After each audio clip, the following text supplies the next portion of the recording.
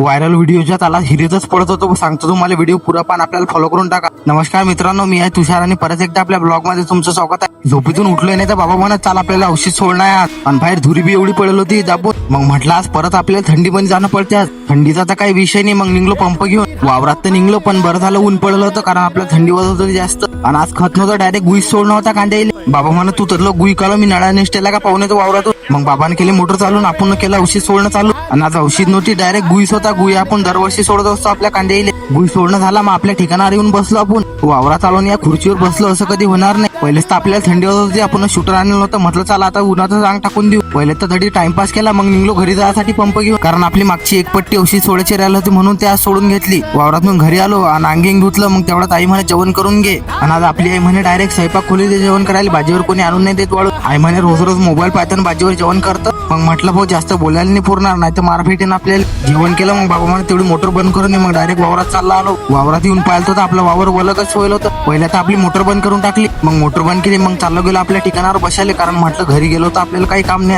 मग थोडी बसल्या बसल्या विचार केला की आपण एक व्हायरल हुक बनवून पाहू. आणि तो विषय असा झाला की आपण काही हिरीत पडत नव्हतो भाऊ. तो व्हायरल हुक बनवण्यासाठी आपण असे ड्रामे केले. म्हटलं चला आपण बी बनवून पाहू काय होतं तर किती व्ह्यू येतात. तर मग व्हायरल हुक बनवून घेतला. मग तडी आपल्या जागेवर येऊन बसलो आणि तडी अपलोड करून टाकला. तडी बसलो तर खरी पण आपल्याला झोप येत होती. म्हटलं चला आपण सावलीत बसून राहू आता केळीच्या झाडाखाली. केळीच्या झाडाखाली तर बसलो. म्हटलं आता आज आपल्या फॉलोअरला कोणता नवीन विषय दाखवू सांगतो तुम्हाला. आणि या नारळाचा विषय असा आहे की डायरेक्ट या सुतार पक्षाने डायरेक्ट याला भोक्ष पाडलेला. 100 वर्ष झाले या झाडाला, पण यातलं एकच झाड चांगला आहे. मग एक लक्षात आलं की आपलं हिरीचं पाणी किती खोल गेलं आपण पाहिलंच नाही. पाहू शकता तुम्ही ह्या त्या 2 विहीर आहे ज्या मागच्या व्हिडिओ मध्ये दाखवायला तुम्हाला. तुम्ही लय सपोर्ट केला त्या व्हिडिओला. हेच तर खरी कला आहे जुन्या लोकांची. काय बी म्हणा भाऊ, पण अशा विहिऱ्या कोणाच्या शेतात नसतील. तेवढ्यात घरून बाबाचा आवाज आला की चाल म्हणत आपल्याला बाजारला जाणार लवकर. घरी आलो, मग निघलो आपल्या बाजारची थैली घेऊन बाबासोबत बाजारला जायसाठी. बाबांनी मी गप्पा करत पोहोचलो कोथळीच्या बाजारात. बाजारात येऊन भाजीपाला वगैरे घेऊन घेतला. तेवढ्यात बाबा म्हणत अजून काही राहिलं काय. मी म्हटलं काही नाही राहिलं, चला आता घरी. मग बाबानं काढली आपली गाडी. आजच्यासाठी एवढंच, भेटू परत दुसऱ्या व्हिडिओ मध्ये. तोपर्यंत आपल्याला फॉलो करून घ्या.